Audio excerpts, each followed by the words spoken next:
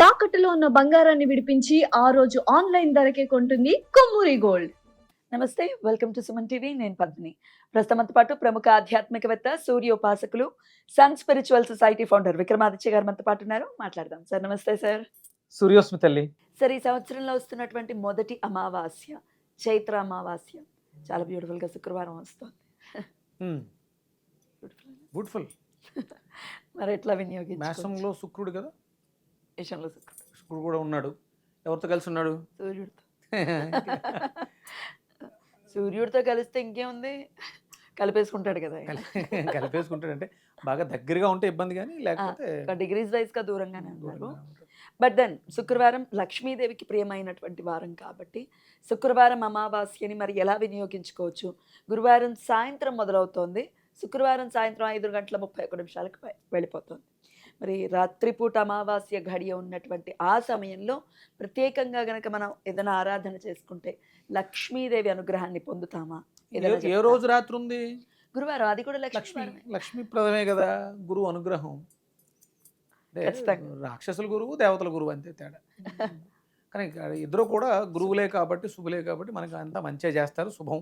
Correct. అంటే సహజంగా మనం పితృశాంతికి అమావాస్యను ఎక్కువగా వాడతాం.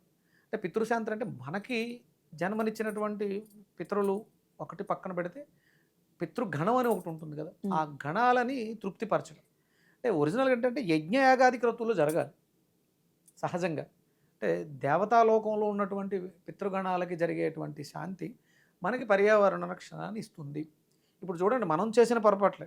ఎండలు ఎలా ఉన్నాయి? ఇంకా మనకి మే నెల రాలా. ఎలా ఉంటుంది సార్ మే? అంటే మే ఒక రకంగా, అంటే నేను కోరుకుంటున్నాను కొంచెం శాంతించాలి, ఇంత తట్టుకోలేము నాన్నగారు, మా వల్ల కాదు అని కొంచెం చెప్తారా? కొంచెం ఆయనకి నేనే శాంతింపజేయడానికి ప్రయత్నం. నేను రేపు ఎలాగో హోమం చేస్తాం కాబట్టి ఆ రోజు ఆయనకి శాంతింపజేయడానికి గలిజేరు చూర్ణంతో ఆయనకి నివేదన చేస్తున్నాను. తెల్ల గలిజేరు, పెద్దపల్లేరు కూడా. అంటే ప్రకృతి వైపరీత్యాల్లో తుఫాన్ ఆపాం, అది వైపరీత్యమే. ఇప్పుడు ఈ తీక్షణతను కూడా తగ్గించమని అడుగుతాను. అంటే నేను ఒక్కడినే సరిపోదు, నా ప్రయత్నం నేను చేస్తాను. నేను ఉన్న చోట అన్నా కొంచెం శాంతించాలి. హైదరాబాద్లో ఉంటాను, హైదరాబాద్ బాగుంటుంది. అంటే నేనున్న వాతావరణం ఎప్పుడు కూడా బాగానే ఉంటుంది. ఇప్పుడు నేను అనపర్తిలో చేశాను. అనపర్తిలో అంటే తూర్పుగోదావరి, లాస్ట్ ఇయర్ అంతా కూడా ఎక్కువ హోమాలు చేశాను అక్కడ. పెద్దగా ఆ తూర్పుగోదావరి ఆ పరిసరాల్లో మా అనపర్తి అంటే 50 కిలోమీటర్ల రేడియేషన్లో పెద్ద ఇబ్బందులు లేవు. అంటే యజ్ఞయాగాది క్రతువులు జరగాలి. మన ప్రతి దేవాలయాల్లో మనం వెళ్ళిపోయి కనీసం గణపతి హోమం అన్నా చేయించుతుంటే నివేదన ఇస్తూ ఉండాలి. అంటే ఏదో మనం దీపం పెట్టేస్తే కలిసి వస్తుంది, దీపం పెట్టితే నాకు కలిసి వస్తుంది, కానీ మనం ప్రకృతికి ఏదైనా చెయ్యాలి. అందుకని కంపల్సరీ మనకు ఉన్నటువంటి దేవాలయాల్లో హోమాలు చేయించడం ద్వారా మాత్రమే అది సాధ్యం అవుతుంది. ఏదో ఇంట్లో దీపం పెడితే, ఉప్పు దీపం పెడితే మంచిది, అది పెడితే మంచిది, ఇది చాలా రకాలు చెప్పేస్తున్నాం. అవి వ్యక్తిగతంగా, వ్యవస్థాగతంగా నువ్వేమీ చేయలేనప్పుడు వ్యక్తిగతంగా నువ్వు ఏమీ చేసినా వాటి ఫలితాలు పెద్దగా నీకేం ఉండదు. అంటే వ్యక్తిగతంగా కొంత అభివృద్ధి చెందిన తర్వాత ఇంకాస్త మీరు అన్నట్టుగా కంపల్సరీ చెయ్యాలి. అందరూ కూడా ముందు అసలు వ్యక్తిగా కన్నా వ్యవస్థాగతంగానే చెయ్యాలమ్మా. ముందు మన దేవాలయాన్ని మనం సంరక్షించుకుని దేవాలయంలో జరిగిన కార్యక్రమాల వల్లే బాగుంటాం. అందుకని నేను ఒక్కడే బాగుండాలంటే అవసరమే. ఇది దేవాలయంలో చేసాం అంటే ఇక్కడ మన హిందూ సాంప్రదాయంలో సామూహికం. మీకు నేను గణపతి చెప్పా, గుడట్టు గణపతి గురించి మాట్లాడాం.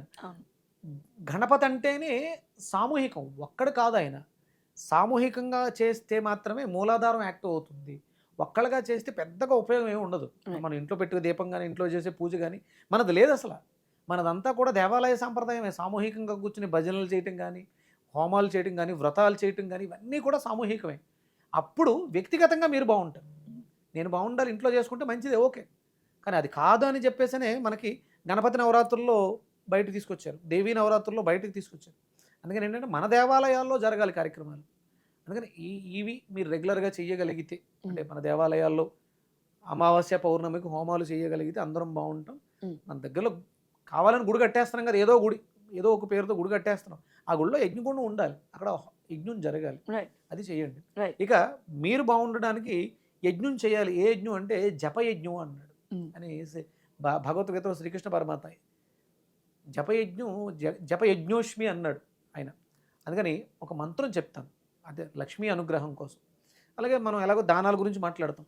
దానాల్లో స్వయంపాక దానం ఇస్తాం ఆ రోజు ఎవరైతే అమావాస్య అమావాస్య రోజు. అది శుక్రవారమే చేయాలి కదా, సూర్యోదయం. ఆ, అంటే లక్షవారం మీరు జపయజ్ఞం చేసుకుని ఉమ్. శుక్రవారం దానం చేసి ఉమ్. వీలైతే శుక్రవారం ఉదయం మనం దేవాలయాల్లో హోమం అవి చేయించుకుంటే అటు వ్యక్తిగతంగాను వ్యవస్థాగతంగాను రెండు రకాలుగా కూడా మనం బాగుండే అవకాశం ఉంటుంది.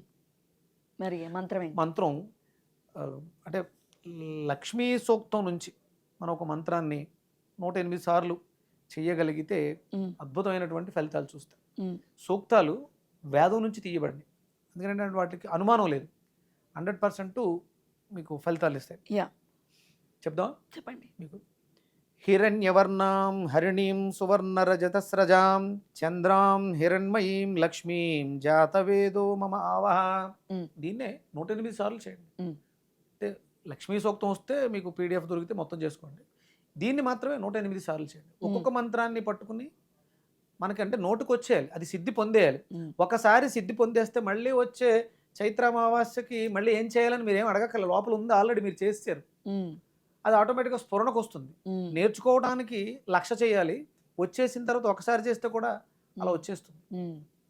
ఓకే, దాని సిద్ధిని పొందేస్తే ఒకసారి కంప్యూటరు స్విచ్ ఆన్ చేయడం అండ్ లోపలికి ఎంటర్ అవ్వడం నేర్చేసుకున్నాం. ప్రతిసారి మళ్ళీ C++ అక్కర్లేదు కదా. అంటే కష్టం వచ్చింది వస్తుంది అనగానే ఇలా చిటికేస్తే ఆ మంత్రం లోపల ఓపెన్ చేస్తుంది, మీకు కావాల్సినవి ఇచ్చేస్తుంది. అంటే వేదానికి ఉన్నటువంటి గొప్పది అది. ఇప్పుడు నేర్చేసుకున్నాను వేదం, నేను మళ్ళీ ఫస్ట్ నుంచి వ్యాకరణం శిక్ష అష్టాధ్యాయం నేర్చుకోకర్లే. ఏదైనా మంత్రం ఇస్తే డీకోడ్ చేసి దాంట్లో ఉన్నటువంటి సారాన్ని పట్టుకుని ఏదో ఒక మూలికను పట్టుకుని హోమం చేస్తే ఆ ఫలితం రిజల్ట్స్ వచ్చేస్తుంది. రైట్. అలా సో 108 సార్లు చేస్తే సరిపోతుంది. సరిపోతుంది. గురువారం రాత్రి చేయండి, గురువారం రాత్రి చేయండి, శుక్రవారం ఉదయం చేయండి, శుక్రవారం సాయంత్రం చేయండి, 3 సార్లు చేయండి. ఫలితం అద్భుతంగా ఉంటుంది. అది ఏమిస్తుందో అనేది మీరు చెప్పాలి మీరు పొందిన తర్వాత. ఇది వస్తుంది కాదు, లక్ష్మి గురువు అనుగ్రహం, రాక్షసుల గురువు దేవతల గురువు కూడా మనల్ని అనుగ్రహిస్తారు. ఖచ్చితంగా. ఇటు నియమాలు ఏమైనా ఉంటాయి అంటే సూతకంలో ఉన్న వాళ్ళు చదువుకోవచ్చా? అందరూ చదవండి అమ్మా. సూతకం అంటే ఇప్పుడు 10 రోజులు 11 రోజులు అనేది ఆ 11 రోజులు చేయకూడదు, కానీ 11 రోజుల తర్వాత ఏ ఇబ్బంది లేదు. సూతకాలు ఇవన్నీ కూడా మనసుకు సంబంధించి శరీరానికి సంబంధించి ఆయన శరీరం విడిచిపెట్టి వెళ్ళిపోయాడు. ఇది చేసేది ఈ పుణ్యకాలం, ఈ చైత్రమాసం, మళ్ళీ ఇది సంవత్సరం రాదు కదా. అవును, నామస్మరణ చేసుకోవడానికి ఇబ్బంది ఏముందమ్మా? ఇబ్బంది ఏం లేదు. అదర్వైజ్ అమావాస్య, మరి అమావాస్య రోజు నాన్ వెజ్ తింటారా? తినకూడదు, తినకూడదు, అసలు సమస్య లేదు. మామూలుగా తినేస్తారా? అంటే అసలు మాంసాహారమే మానవుడికి నిషిద్ధం ఫస్ట్.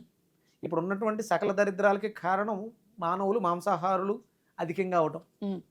అంటే అంటే శాకాహారులకి కష్టాలు రావట్లేదంటే వాళ్ళు చేసే వేరే పొరపాట్లు వేరే. ఇక్కడ మాంసాహారులకు కష్టాలు వస్తున్నాయా, శాకాహారులకు వస్తున్నాయి కదా కష్టాలు వస్తున్నాయి మానవులకి, అంటే నేను చేసే పొరపాట్ల వల్ల. కొంతమంది మనం చూసుకోవాల్సింది ఏంటంటే మనం ఏం తింటున్నాం. మంత్రం నాకు ఉచ్చారణ బాగా రావాలి. ఇప్పుడు నేనేం వేదం ఇప్పుడు నేర్చుకుంటున్నాను, ఇంతకు ముందు కాదు కదా. ఇంతకు ముందు ఉచ్చారణ ఇప్పటికి ఉచ్చారణకి తేడా ఏంటి అంటే సాధనలో ఉన్నాను మరింత. అంటే వాటి అర్థాలు కూడా తెలుస్తున్నాయి. ఇంతకుముందు పలకగలిగేవాడిని, ఇప్పుడు దాని అర్థాన్ని కూడా చెప్పగలుగుతున్నాను. అది అంటే మాంసాహారం ఎందుకు తినకూడదు అనడానికి. అమావాస్య పూట అయితే అసలు ఏ పూట తినకూడదు. ఇప్పుడు అమావాస్య ప్రత్యేకంగా కలిసి వచ్చింది కాబట్టి మనం దాన్ని ఇంకొంచెం శ్రద్ధగా, అంటే శ్రద్ధ లేకుండా మీరు చేసేది శ్రాద్ధ కర్మలు అంటారు కదా, శ్రద్ధతో చేసే కర్మనే శ్రాద్ధము. మీరు అవతల వ్యక్తికి ఇచ్చేదాన్ని శ్రద్ధ లేకుండా అది తినేసి ఇది తినేసి ఏదో చేస్తే ఏమొస్తుంది? ఉపయోగం మార్చుకోవాలి. రైట్ సార్, చాలా బ్యూటిఫుల్గా ఎక్స్ప్లెయిన్ చేశారు. లక్ష్మీ అనుగ్రహంతో ప్రతి ఒక్కళ్ళు కూడా వైశాఖ మాసాన్ని మొదలు పెట్టుకోవాలి. వైశాఖ మాసం వాట్ బ్యూటిఫుల్ అమేజింగ్ మాసం గురించి మళ్ళీ మాట్లాడుకుందాం.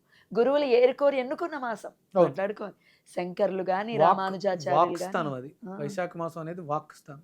శంకర్లు అదే మాసాన్ని ఎన్నుకున్నారు, రామానుజాచార్యులు హనుమంతుడు ఎన్నుకున్నారు ఈ మాసంలో జన్మించాలని మాట్లాడుకున్నాం. ఇంకొన్ని మంచి విషయాలు నేను డీకోడ్ చేసి వైశాఖ మాసాన్ని విడతీసి వ్యాకరణం అష్టాధ్యాయ శిక్షణలోంచి మీకు మంచి మీనింగ్ ఇస్తాను. నెక్స్ట్ ఎపిసోడ్స్లో అది ఉంటుంది.